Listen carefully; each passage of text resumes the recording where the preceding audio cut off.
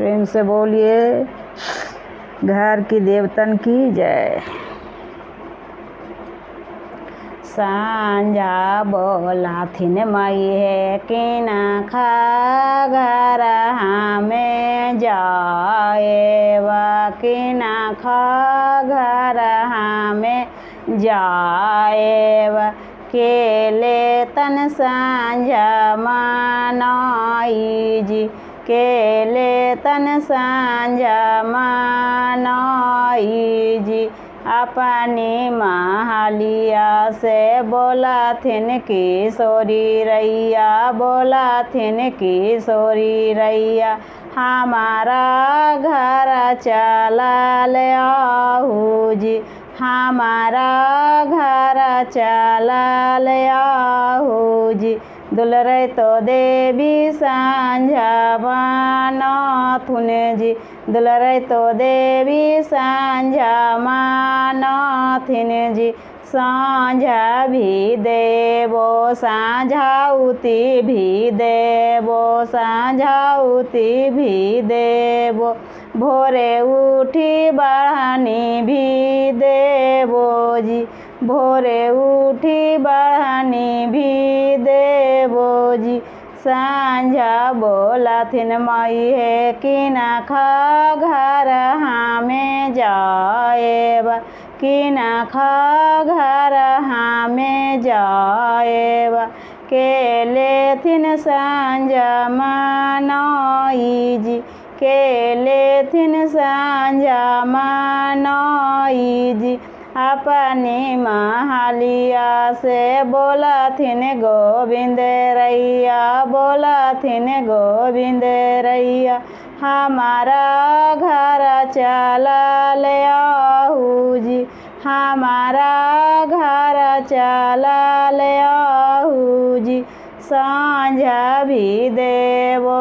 सांझाउती भी देवो भोरे उठी बढ़ानी भी देवो जी सांझा बोलाथिन मई है किनखा घरा जाएबा किनखा घरा जाएबा केले थिन सांझा मानाई जी अपनी महालिया से बोलाथिन राम शरण रैया बोलाथिन राम शरण रैया हमारा घर चला ले आहू जी हमारा घर चला ले आहू जी दुलरे तो देवी सांझा मानाथिन जी दुलरे तो देवी सांझा मानाथिन जी सांझा भी देवो सांझाउती भी देवो भोरे उठी बढ़ानी भी देवो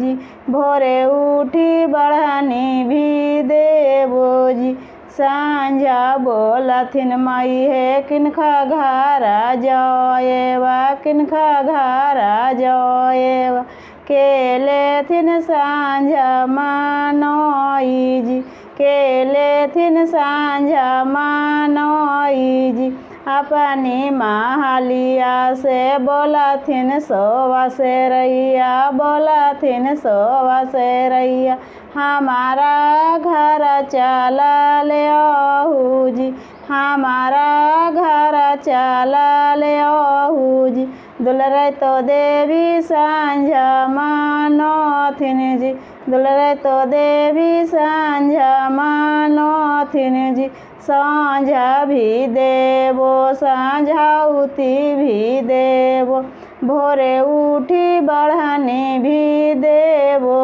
जी भोरे उठी बढ़ानी भी देवो जी सांझा बोलाथिन मई है किनखा घरा जाएबा किनखा घरा जाएबा केले थिन सांझा मानाई जी केले थिन सांझा मानाई जी बोलाथिन सूरजमणि रैया बोलाथिन सूरजमणि रैया हमारा घर चला ले आहू जी हमारा घर चला ले आहू जी दुलरे तो देवी सांझा मानाथुन जी दुलरै तो देवी सांझा मानथिन जी।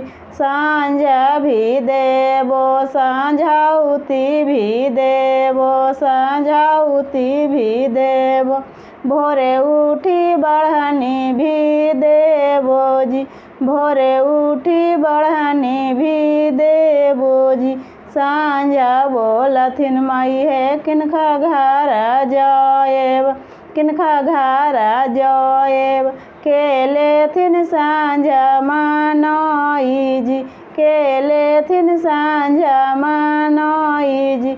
अपनी महलिया से बोलथिन सभेरैया बोलथिन सभेरैया। हमारा घर चलल आहू जी। हमारा घर चलल आहू जी। दुलरै तो देवी सांझा मानथिन जी।